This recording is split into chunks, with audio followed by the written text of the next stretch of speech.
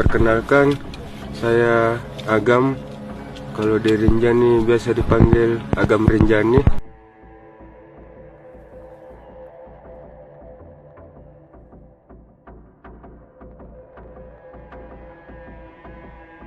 Nama Agam Rinjani menjadi buah bibir publik internasional setelah aksi heroiknya mengevakuasi jenazah Juliana Marins, pendaki asal Brazil yang terjatuh ke jurang sedalam 600 meter di Gunung Rinjani, Nusa Tenggara Barat atau NTB viral di media sosial.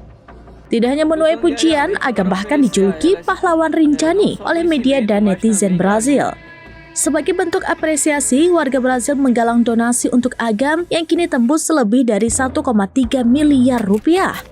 Agam yang memiliki nama asli Abdul Haris Agam mengungkapkan bahwa donasi itu tidak akan digunakan untuk kepentingan pribadi. Ia menyatakan dana dari masyarakat Brazil akan dialokasikan untuk dua hal, yaitu pembelian alat keselamatan dan program penanaman pohon di Gunung Rinjani. Agam juga berencana melibatkan seluruh tim relawan yang terlibat dalam proses evakuasi jenazah Juliana untuk penggunaan donasi ini.